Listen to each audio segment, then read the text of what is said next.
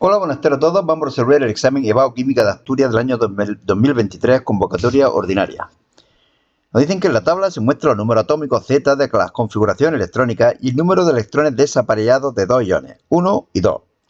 Suponga que los dos electrones desapareados del ion 1 tienen espines paralelos, es decir, van a estar en orbitales distintos. Indique para cada ion razonadamente su carga eléctrica y si se encuentra en un estado fundamental o en uno excitado. Fijaros que el primer elemento tiene Z igual a 7, es decir, es el nitrógeno y tiene 7 protones, pero tiene 8 electrones, por lo tanto el ion es el nitrógeno negativo. Fijaros que en los tres orbitales 2p hay 4 electrones, y esos tres orbitales 2p, siguiendo la regla de máxima multiplicidad de Hund, tendrían que estar en el primero 2 electrones, en el segundo 1 y en el tercero 1, es decir, con 2 electrones desapareados. Y por lo tanto, sí se está cumpliendo la regla de máxima multiplicidad de Hund y por ello se encontraría en el estado fundamental.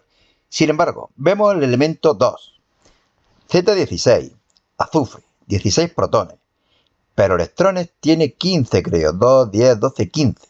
Por lo tanto, es el azufre positivo. En los orbitales 3p hay 3 electrones. Por lo tanto, siguiendo la regla de máxima de multiplicidad de Hund, debería haber 3 electrones desapareados, 1, 1 y 1 en los 3 orbitales. Y sin embargo, solamente hay un electrón desapareado. ¿Eso qué significa? Que en el primer orbital hay 2, en el segundo hay 1 y en el tercero hay 0. No cumple la regla de máxima multiplicidad de Hund y por lo tanto es un estado excitado. Friedrich Hahn, o Hund, como se diga, Hund. Alemán, así que cualquiera sabe cómo se decía.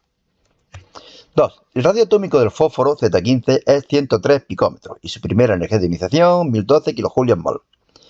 No tienen importancia los valores. Estime razonadamente para los átomos de nitrógeno y de cloro si los valores de estas dos propiedades son mayores, menores o iguales que los del átomo de azufre. Bueno, teoría pura y dura. Así que estoy por no explicar nada, ¿no? Aquí está la solución y aquí viene la explicación. Así que pasamos al tercero, ¿de acuerdo? Tercero.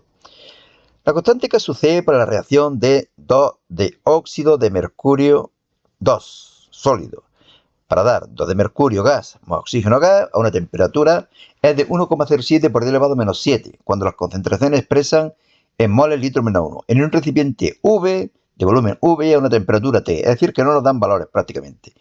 Se introduce óxido de mercurio sólido en exceso. Calcule las concentraciones de mercurio y oxígeno cuando se alcanza el estado de equilibrio. Bueno, estas son las concentraciones en el equilibrio. Y diréis, ¿por qué no he puesto la de óxido de mercurio? Bueno, lo puse en un principio. Luego me di cuenta que era una chorrada y borré el vídeo. ¿Por qué? Porque es una sustancia sólida.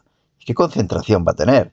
Las concentraciones se refieren a la sustancia en disolución o a la sustancia gaseosa, como son el mercurio y el oxígeno.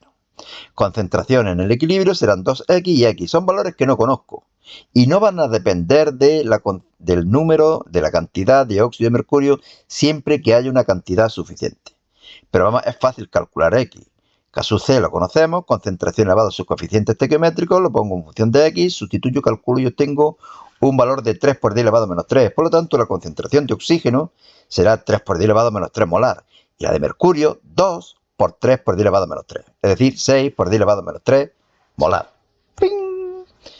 Se ha medido la velocidad inicial de la reacción esta de aquí. Propanona, bromo, protones. Para dar... ¿Esto qué es? ¿Esto qué es? El bromopropanona. Más 2 protones, más bromuro. Siempre a la misma temperatura, pero en 4 condiciones iniciales diferentes. Fijaros que ponemos distintas concentraciones y obtenemos distintas velocidades. Calcule el orden de reacción con respecto a la propanona, al bromo, al protón. Calcule el orden total de la reacción. Esas 4 preguntas suelen estar normalmente en la misma pregunta, el mismo apartado en la mayoría de los exámenes. ¿Qué es lo que hacemos? Esta es la ecuación general de velocidad de reacción. V siempre es igual a la constante de velocidad por las concentraciones de los reactivos elevados a unos coeficientes alfa, beta y gamma, que se llaman órdenes parciales de reacción y que no conocemos. Para calcular lo que hacemos, dividimos esta expresión entre ella misma con los datos de distintos experimentos. Por ejemplo, si dividimos los 2 entre 1, los datos de la experiencia 2 entre los datos de la experiencia 1, fijaros que estas dos cantidades son iguales y estas dos cantidades son iguales. Por lo tanto, cuando yo las ponga, se van a ir beta y se va a ir gamma. Y me va a quedar que 2 es igual a 2 elevado a alfa, y por lo tanto alfa 1. Ahora, para calcular beta, ¿qué tenemos que hacer? Pues buscar experimentos en los que las cantidades, las concentraciones del primer reactivo y del tercero sean iguales. Y lo que ocurre entre los experimentos 3 y 2.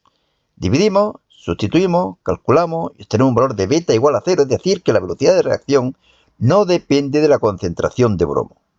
Y por último, para calcular la coeficiente gamma, el orden parcial de reacción con respecto a los protones, tenemos que buscar experimentos que tengan iguales el primero y el segundo. Es lo que ocurre si comparamos y dividimos los datos de la experiencia 4 con los de la 1. Estos dos iguales y estos dos iguales.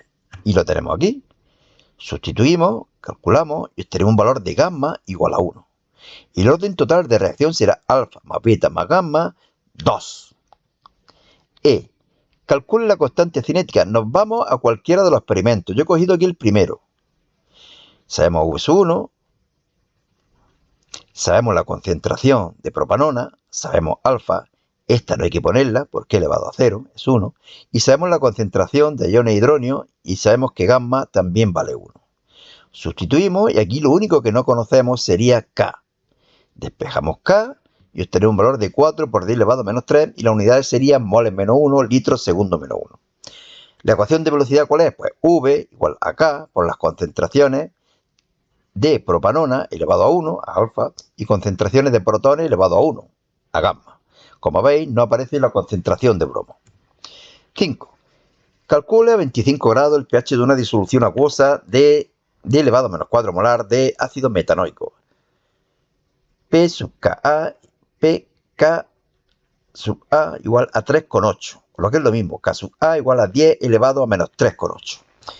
Este es el equilibrio que se produce. El ácido aporta o cede un protón al agua, se transforma en el anión correspondiente y el agua se transforma en su ácido conjugado, el ion hidronio. La constante sería igual a los productos partidos de los reactivos, las concentraciones elevadas a sus correspondientes coeficientes estequiométricos. Estas dos iguales. Fijaros que por cada mol que aparece de iones hidronio aparece un mol de el anión metanoato. Concentración del ácido, la inicial menos lo que se ha transformado en metanoato o iones hidronio. Y a partir de aquí sería una ecuación de segundo grado. Normalmente no se hacen así los problemas. Ahora os diré por qué creo que es más correcto en este caso. En la ecuación de segundo grado, cuando la resolvéis, obtenéis que la concentración de iones hidronio es 6,95 por 10 elevado a menos 5 molar. Le hacemos el logaritmo, le cambiamos el signo y tenemos el pH 4,16. ¿Qué es lo que se hace normalmente? Que esta concentración de iones hidronio se desprecia con respecto a la concentración inicial de ácido. Puesto que estos equilibrios están bastante desplazados hacia la izquierda, esta cantidad de iones hidronio es muy pequeña con respecto a la concentración inicial. Es lo que he hecho aquí. Fijaros que la concentración de iones hidronio, para calcularla, no se necesita hacer una ecuación de segundo grado, sino que se despeja, se sustituye, calcula y obtengo un valor de 1,26 por 10 elevado a menos 4, que como veis es parecido, pero hay una diferencia, yo que diría, sustancial. Cuando le hacemos el pH, nos da un valor de 3,9. Hombre, ¿qué es parecido a 4,16? Pues sí, pero en este caso hay una pequeña diferencia mayor de lo habitual. ¿Por qué? Pues porque la constante es más pequeña de lo normal en los ácidos débiles. Me parece que me salía 1 y pico por 10 elevado a menos 4. La mayoría de los ácidos débiles tienen una constante de acidez menor. ¿Cómo lo debéis de hacer? Pues yo normalmente lo hago así. En este caso he optado por la primera forma porque ya digo que la constante es mayor de lo habitual. Bueno, seguimos. 6. Calcula la energía de Gibbs estándar de reacción delta G a 298,5 K del siguiente proceso. Ozono para dar oxígeno. Datos, el Faraday. Y nos dan también como datos los potenciales de estas dos reacciones. El ozono con protones para dar oxígeno y el oxígeno con protones para dar agua líquida. Bueno, pues yo lo que voy a hacer es primero calcular delta G para estas dos reacciones, estos dos procesos. Recordad que delta G es igual a menos NFE sub 0. Y aquí lo conocemos todo. Fijaros que F nos lo dan de una forma muy rara. Normalmente nos dicen 96.500. Fijaros el numeraco que nos han puesto aquí. Este 2 y este 4 son el número de electrones transferidos. Nos da este valor. Negativo y negativo. No sé por qué cuando lo hice por primera vez, menos más que lo he tenido que repetir el vídeo, porque aquí también me equivoqué en los signos. Estos dos signos menos me los zampé. Menos NFE. Bien, la reacción propuesta, esta de aquí, se puede obtener como con la primera reacción y sumándole la segunda reacción, pero al revés y dividida por 2. Y aquí la tenéis. Al revés y dividida por 2.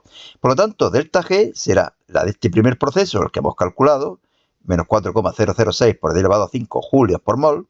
Y el del segundo proceso tendremos que cambiarle el signo, puesto que lo hemos puesto al revés, y dividirlo por 2, puesto que hemos puesto la mitad de la reacción. Y ahora sumamos. Si sumamos las reacciones, obtenemos la que queríamos, y delta G, la suma será un menos 1,634 por 10 elevado a 5 julios por mol. Bien, valor negativo que dice que la reacción es espontánea. Seguimos. 7. Escribe el nombre del material de laboratorio utilizado en la reacción, en la realización de una volumetría ácido-base. Bueno, aquí lo tenéis, para que me voy a enrollar, ¿no? Tenemos la bureta, las pinzas, el Meyer, el soporte, el matraz, lo otro, el indicador, etcétera, etcétera. B. La constante de equilibrio K sub P del proceso yodo más hidrógeno para dar yoduro de hidrógeno, 2 de yoduro de hidrógeno es 54, a una temperatura determinada. Calcule el valor de K sub P del proceso opuesto. Es decir, 2 de yoduro de hidrógeno para dar hidrógeno y yodo. Bueno, sabemos que es el inverso, pero aquí lo que hacemos es demostrarlo. K sub P de la primera reacción sería concentración de yoduro de hidrógeno al cuadrado, hidrógeno e yodo. K sub P de la segunda reacción es igual a concentración de hidrógeno por la de yodo partido la de yoduro de hidrógeno. Pero fijaros que podemos pasar el numerador abajo dividiendo a esto de aquí. Pero ahora, esto, lo que hay en el denominador, es K sub P1, es la constante K sub P de la primera reacción. Y por lo tanto me quedaría 1 partido K sub P1, o lo que es lo mismo a 1 partido 54, o lo que es lo mismo 1,85 por 10 elevado a menos 2. 8. Teoría pura y dura. Os lo comento brevemente. Escribe el procedimiento experimental seguido en la realización de una volumetría ácido-base. Rollo macabeo, aquí lo tenéis, ya sabéis, dejando caer gotita a gotita lo que hay en la bureta y moviendo con la varita, etcétera. Bueno, apartado bien más interesante. En un vaso de precipitado a presión atmosférica y temperatura ambiente se establece el siguiente equilibrio, este de aquí. Antes, cuando empecé yo a dar clases, hace ya un mogollón de años, yo daba la formulación de estos compuestos. Estos son los compuestos de coordinación, son complejos. Hexacuo, hierro 3 positivo, ya ni me acuerdo. Bueno, este complejo es incoloro y esta sustancia también es incolora, mientras que el segundo compuesto de coordinación, el que hay los productos, es rojo intenso. Bien, incoloro, incoloro, rojo, eso es lo que importa. Una vez establecido el equilibrio, se calienta el vaso de precipitado. Se observa que la intensidad de color rojo disminuye, es decir, que el equilibrio se está yendo hacia la izquierda, que está desapareciendo este compuesto para obtener los reactivos. Explique a partir de esta observación si la reacción es endotérmica o exotérmica. Bueno, sabéis que cuando se calienta, los equilibrios se desplazan hacia donde son endotérmicas las reacciones. Si aumentamos la temperatura y viene hacia la izquierda, es que hacia la izquierda es endotérmica y por lo tanto a la derecha es exotérmica. Por lo tanto, como la reacción directa es la que nos piden, podemos decir que es una reacción exotérmica. 9. ¿Cuántos enlaces sigma y pi hay en esta molécula? Bueno, pues lo que hago es ponerla de esta forma para poder contarlo mejor. Hay 9 enlaces sigma, que lo he puesto en negro, y 2 enlaces pi, que lo he puesto en rojo. B. Escriba las fórmulas moleculares correspondientes a las siguientes fórmulas estructurales semidesarrolladas e identifique cada compuesto como un alcano, un alqueno o un hidrocarburo aromático. El primer compuesto es un alqueno, evidentemente, es un cicloalqueno. Tiene de fórmula C7H10 y su compuesto, su nombre sería 5-metilciclohexaeno-13-dieno. Empezamos a contar por aquí, carbono 1, 2, 3, 4 y 5. En el 5 hay un metil, doble enlace en el primer enlace y doble enlace en el tercer enlace. Este compuesto de aquí, esto sería el propano con un metil, es por lo tanto el metilpropano, es un alcano. Y esto de aquí es el benceno, ¿de acuerdo? C6H6. Última pregunta. Utilizo los datos de la tabla para razonadamente ordenar de menor a mayor los gases nobles atendiendo a su punto de ebullición. Bueno, fuerzas de Van der Waals, mayor número atómico, mayor capa de electrones, mayor volumen, mayor intensidad de las fuerzas de Van der Waals, mayor punto de ebullición. Ahí lo tenéis explicado. Y pasamos al B. ¿Qué nombre recibe el compuesto que se forma al hacer reaccionar ácido acético con etanol? Acetato de etilo o etanoato de etilo. En presencia de ácido sulfúrico y aplicando calor. Se produce una deshidratación, una condensación, una esterificación. Escriba la fórmula estructural semidesarrollada, esta de aquí. ¿Qué tipo de reacción ha tenido lugar? Pues ya digo, una reacción de esterificación. Y listo, papeles. Aprovecho para deciros que en este blog, selectividadjosecuenca.blogspot.com, podéis encontrar en formato PDF todos los exámenes que estamos colgando en el canal. Es que yo creo que es bastante más fácil, porque fijaros que yo aquí acabo de grabar el vídeo de un examen. Pero en el blog tenéis todos los exámenes uno detrás de otro. Por ejemplo, si yo le doy a avanzar página, fijaros que viene aquí ya el examen de la convocatoria extraordinaria. ¿Sabéis quiénes son? No lo digo. Pensadlo.